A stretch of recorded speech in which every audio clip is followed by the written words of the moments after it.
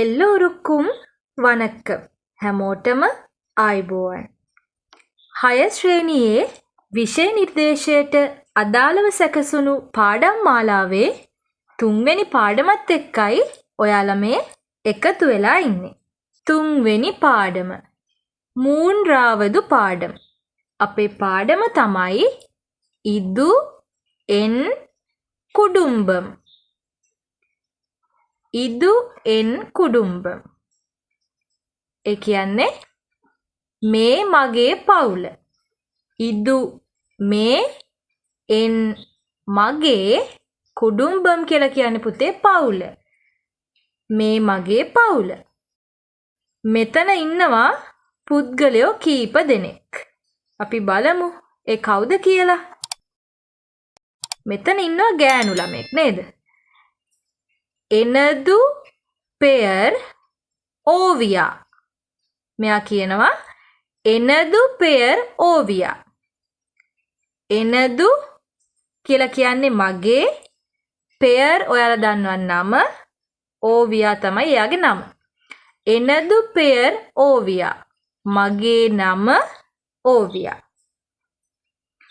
ඕවියාගේ පවුලේ ඉන්න අනිත් අයගේ නම් තමයි මෙතන මේ දීලා තියෙන්නේ රූප සටහන් එක්ක. අපි බලමු. එන් අප්පා පෙයර් නාදන්. එන් කියලා කියන්නේ එනදු කියන එකමයි මගේ. අප්පා පෙයර් තාත්තගේ නම නාදන්. ඕවියා කියනවා මගේ තාත්තගේ නම නාදන්. එන් අම්මා පෙයර් සාරදා.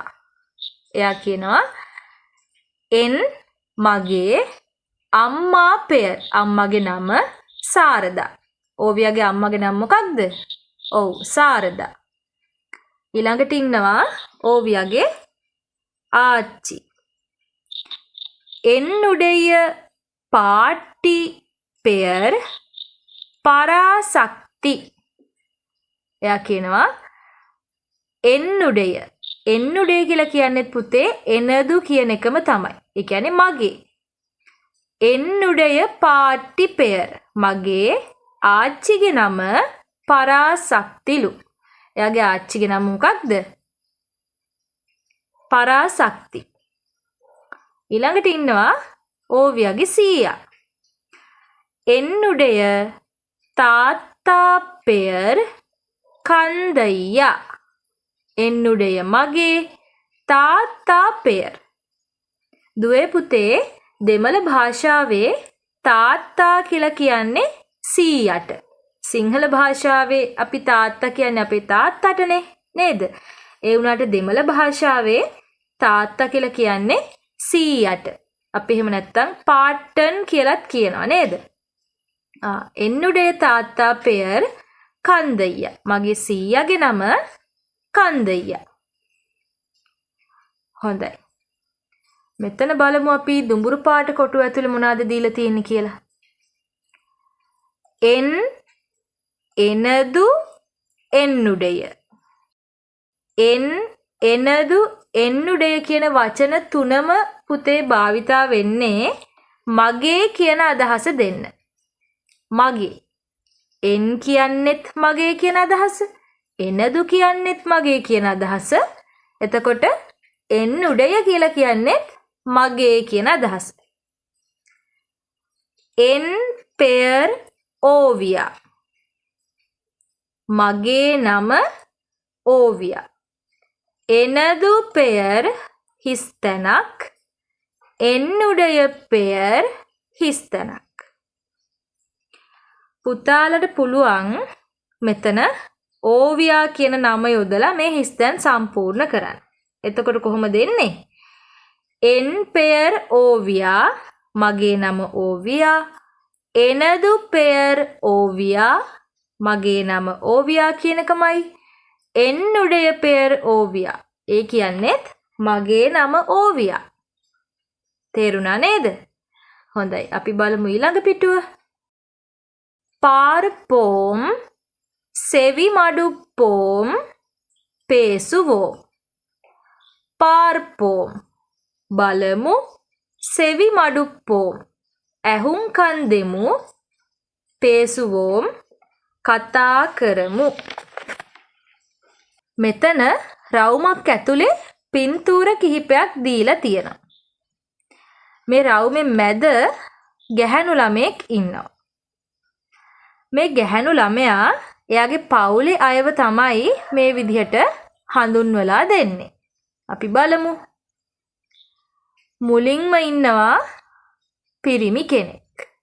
මෙයා කියනවා ඉවර් එන් අප්පා ඉවර් මොහු එන් මගේ අප්පා තාත්තා. මේ පිරිමි කෙනෙක් හින්දා අපි ඉවර් කියන එක මොහු කියලා ගමු. ඉවර් එන් අප්පා මේ මගේ තාත්තා. ඊළඟට මෙතන ඉන්නවා ගැහැණු කෙනෙක් නේද? ඉවර් එන් අම්මා ඉවර් මැය එන් මගේ අම්මා. මැය මගේ අම්මා. අම්මා ගැහැණු කෙනෙක්නේ. ඒ හින්දා ඉවර් කියන එක මැය කියලා ගන්න පුළුවන්. ඊළඟට ඉවර් එන් අක්කා මැය මගේ අක්කා. ඉවර් එන් අන්නා ඉවර් කියලා කියන්නේ මෙතන මොහු එන් මගේ අන්නා අයියා. අයියා පිරිමි කෙනෙක් නිසා අපි ඉවර් කියන එකට මොහු කියලා ගන්නවා.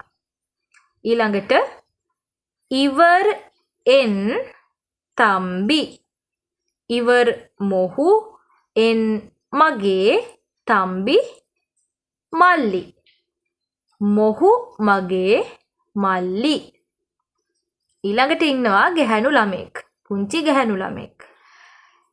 ඉවර් එන් තංගයි ඉවර් මැය එන් මගේ තංගයි. ඔව් කාටද තංගයි කියන්නේ? නංගිට. මැය මගේ නංගි. ඊළඟට ඉවර් එන් තාත්තා. මෙතන ඉන්නවා වයසක පිරිමි කෙනෙක්. ඉවර් මොහු එන් මගේ තාත්තා කියලා කියන්නේ කාටද දෙමළ භාෂාවෙන්? ඔව් සීයාට නේද? ඉවර් එන් තාත්තා. මොහු මගේ සීයා. මොහු මගේ තාත්තා එහෙම නෙවෙයි. මොහු මගේ සීයා. ඊළඟට ඉවර් එන් පාටි. ඉවර් කියලා කියන්නේ මෙතන මැය. මෙතන ඉන්නේ ගැහැණු කෙනෙක්නේ. මැය එන් පාටි මගේ ආච්චි. මැය මගේ ආච්චි. හොඳයි. අපි බලමු ඊළඟ පිටුව. සෙයට්පාඩු ඔන්රු. ක්‍රියාකාරකම 1. පඩංගලයි ඉනයිප්පෝ. පඩංගලයි කියලා කියන්නේ පුතේ පින්තූර. ඉනයිප්පෝම් යා කරමු. හොඳ. මෙතන එක පැත්තක පින්තූර කීපයක් දීලා තියෙනවා. අනිත් පැත්තේ වචන කිහිපයක් දීලා තියෙනවා. පුතාලට මේ ක්‍රියාකාරකමේදී කරන්න තියෙන්නේ පින්තූරයට ගැලපෙන වචනය තෝරලා යා කරන්න. පින්තූරයට ගැලපෙන වචනය තෝරලා යා කරන්න තමයි මේ ක්‍රියාකාරකමේදී තියෙන්නේ. උදාහරණයක් දීලා තියෙනවා අප්පා. ඒ විදිහට පුතාලට ලේසියෙන්ම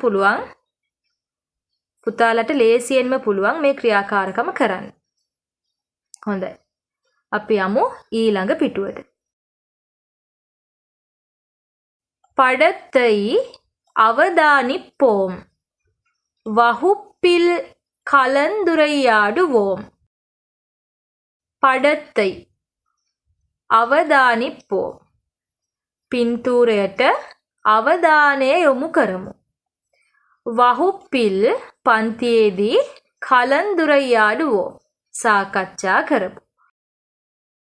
පින්තූරයට අවධානය යොමු කරමු. පන්තියේදී සාකච්ඡා කරමු. ඉවර් යාර් මොහු කවුද? එහෙම නැත්නම් මැය කවුද කියලා තමයි මේ අහන්නේ. දූල පුතාලට පේනවා මෙතන පින්තූරයක් තියෙනවා.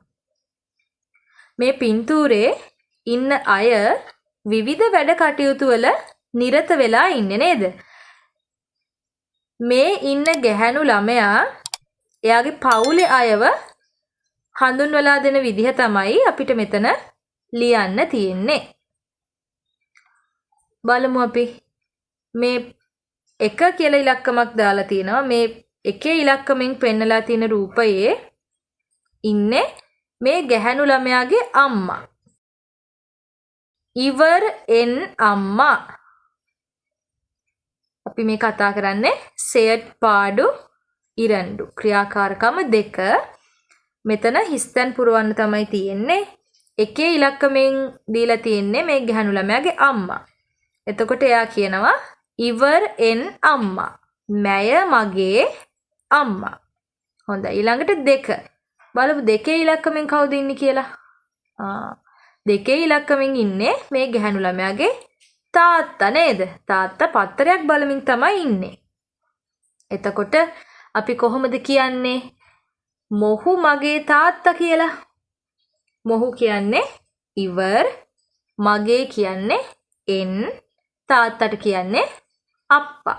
මොහු මගේ තාත්තා. ඉවර් එන් අප්පා. ඊළඟට 3 ඉලක්කමෙන් බලමු කවුද ඉන්නේ කියලා.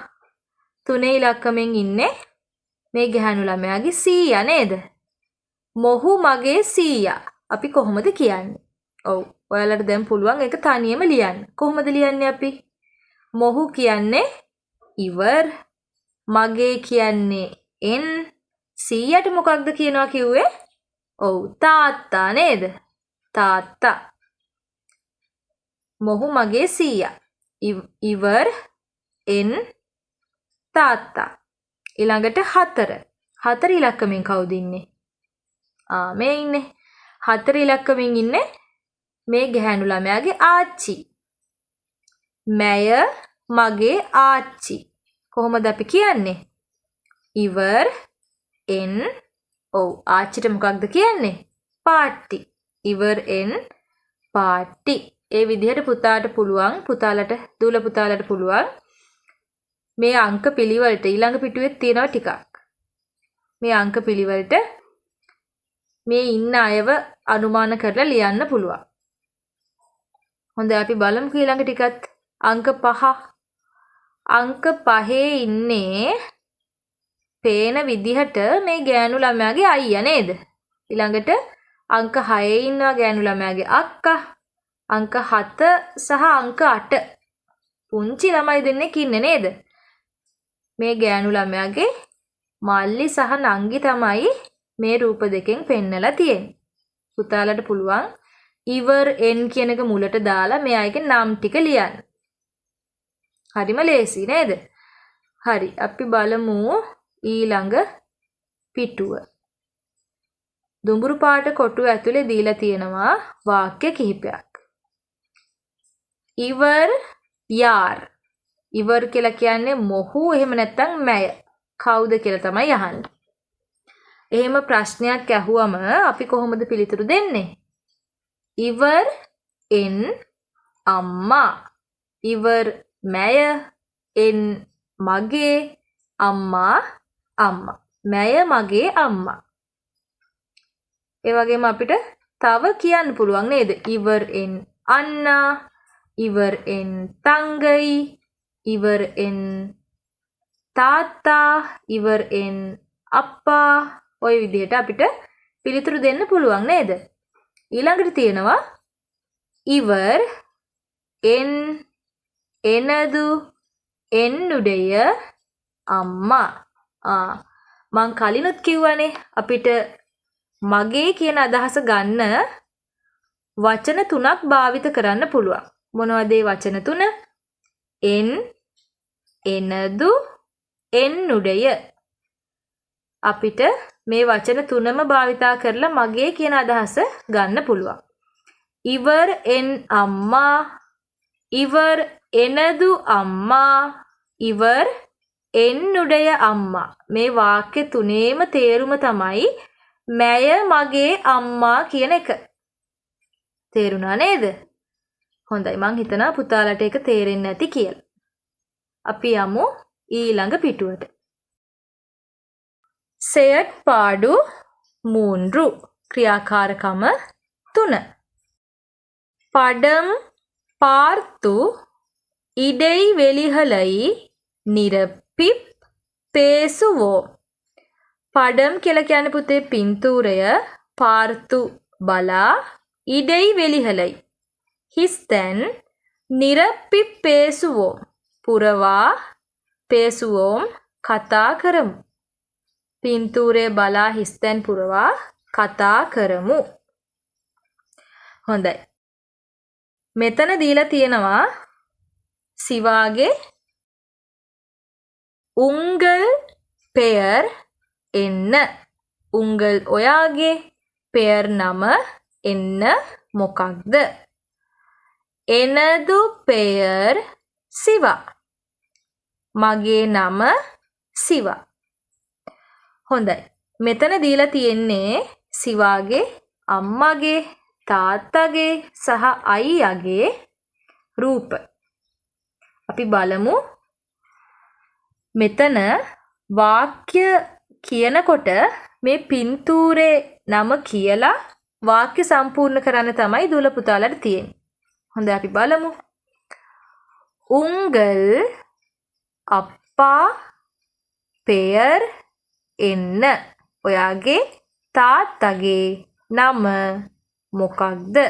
ඔයාගේ තාත්තගේ නම මොකක්ද? කිව්වහම අපි කොහොමද පිළිතුරු දෙන්නේ? දැන් මෙතන පිළිතුරු දෙන්නේ සිවා.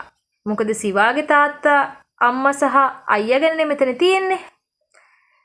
සිවා පිළිතුරු දෙනවා එනදු අප්පා පෙයර් හිස්තැනක්.